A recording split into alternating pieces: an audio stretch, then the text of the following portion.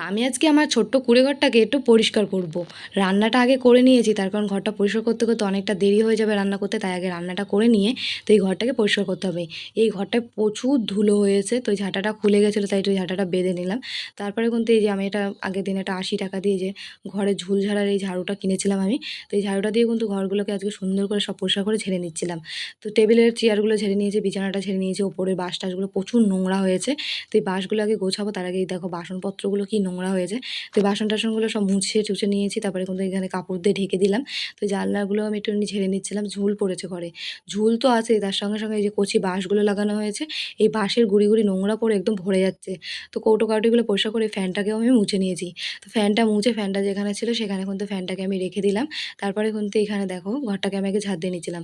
তো এই সবজিগুলো রোজ আনা হয়, ঢেলে রেখে দিই। তো সবজিগুলো ঝুড়িতে নোংরা হয়ে রয়েছে, সবজিগুলো পরিষ্কার করে ঝুড়িতে তুলে রেখে দিলাম। আজকের কমেন্টে মিষ্টি একটা বোন টুম্পা আমায় বলে যে দিদি তোমার ভিডিওগুলো আমার খুব ভালো লাগে আর তোমার কথাগুলো খুব সুন্দর।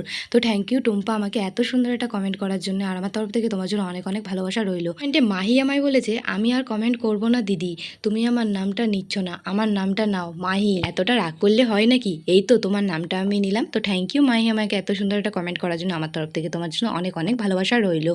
তো বাড়িতে কিন্তু সব কাজ আমার প্রায় কমপ্লিট হয়ে গেছে, জামা কাপড়গুলো আমি কাচা ধোয়া করে এখন আমি আমার কুকুরটাকে স্নান করাবো। যা গরম পড়ছে, এই গরমে সারাদিন ও হাঁপাচ্ছে, সেই জন্য ঠান্ডা জল দিয়ে ওকে আমি স্নান করি, গাটা ভালো করে মুছে ওকে বারান্দায় বসে ঘরটা আমি মুছে নিলাম, ঘরটা ভিজে গেছিলো।